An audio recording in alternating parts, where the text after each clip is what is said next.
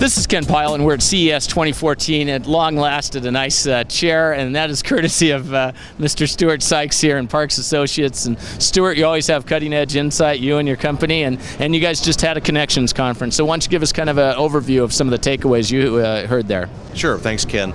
The Connections conference this week, I think one real key takeaway is that the Internet of Things session was bursting at the seams. Literally, I can't think of another event where we've had so many people that wanted to talk about the Internet of Things.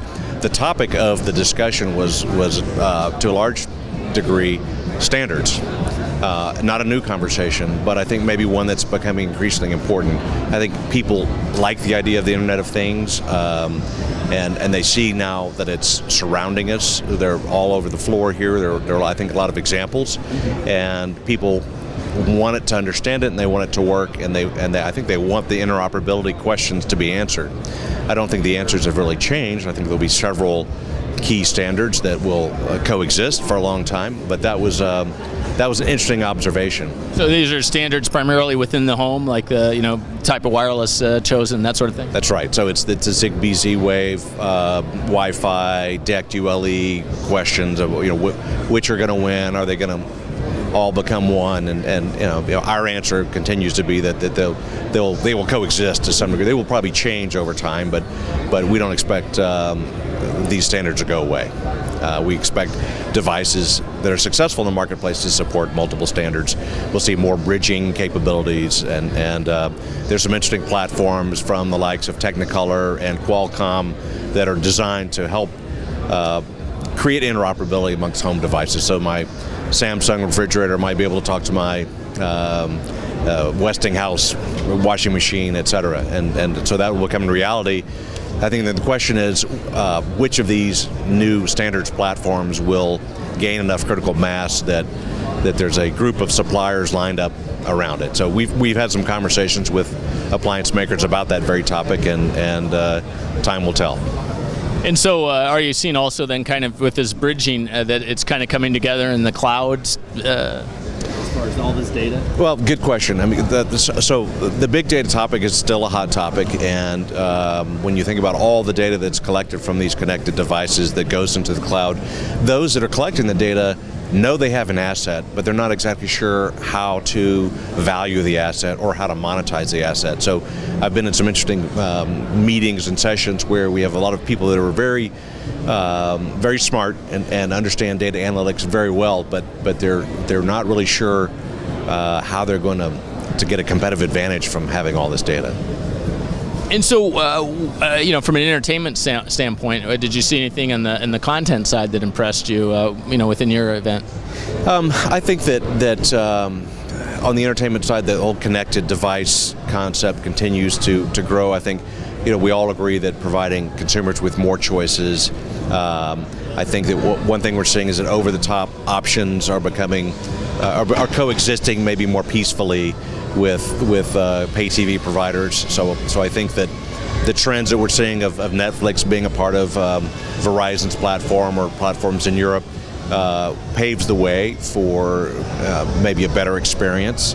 Our sessions on entertainment, continue to talk about how doesn't matter how good your technology is or what you're offering, if the experience isn't easy and pleasant, you're going to lose. And so I think that truth remains, and I think we're seeing some companies doing a better job of that.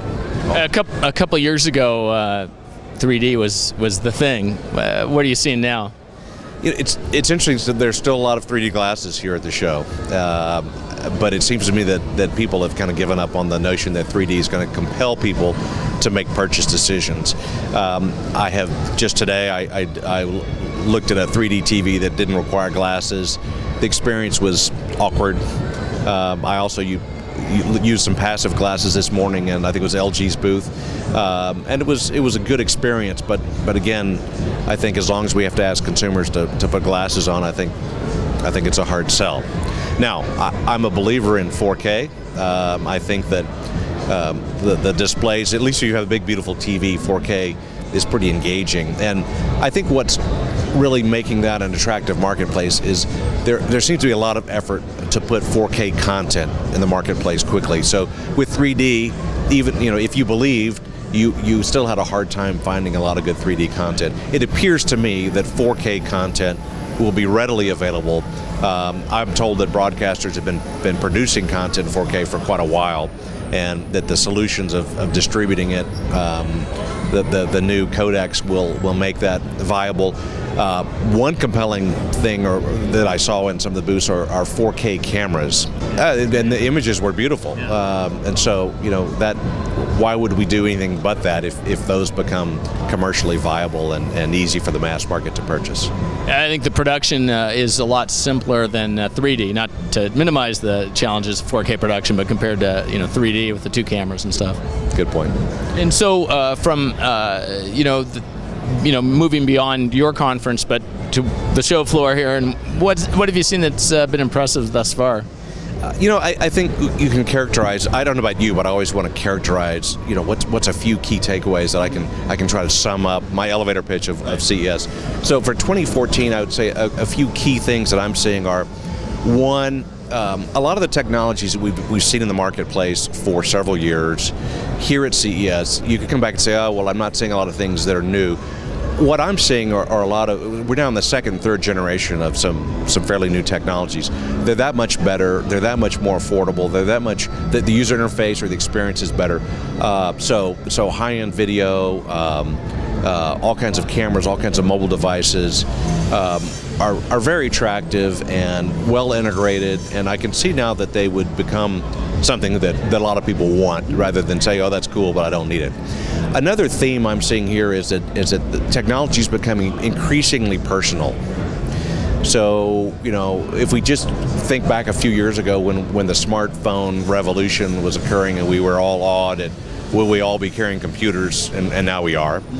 Now, it's very feasible that we'll have 2 or 3 computers on us at any one time. Right. Literally on us, right? Absolutely. So wearable computing. I'm amazed at the number of smart watches that are being offered, and the capability and the functionality. There's so many that I believe that some of the vendors are going to find that right combination of features and style. That we're going to want those. I think next year we're going to see lots of people wearing those watches. This year I've seen a lot of people with their Google Glass headsets on walking around. I think that's they're kind of setting the standard for I'm the most tech savvy. Right. I think it's a status symbol here at the show. So I think between listening devices, better earplugs, earphones, heart monitors, glucose monitors, smart watches. How far down does wearable computing go into our lifestyle? But I think that I think I saw some patches or something that are basically implantable. Right, and then we've seen a lot of robots that I'm not sure I understand exactly what robots do other than dance at this point, but.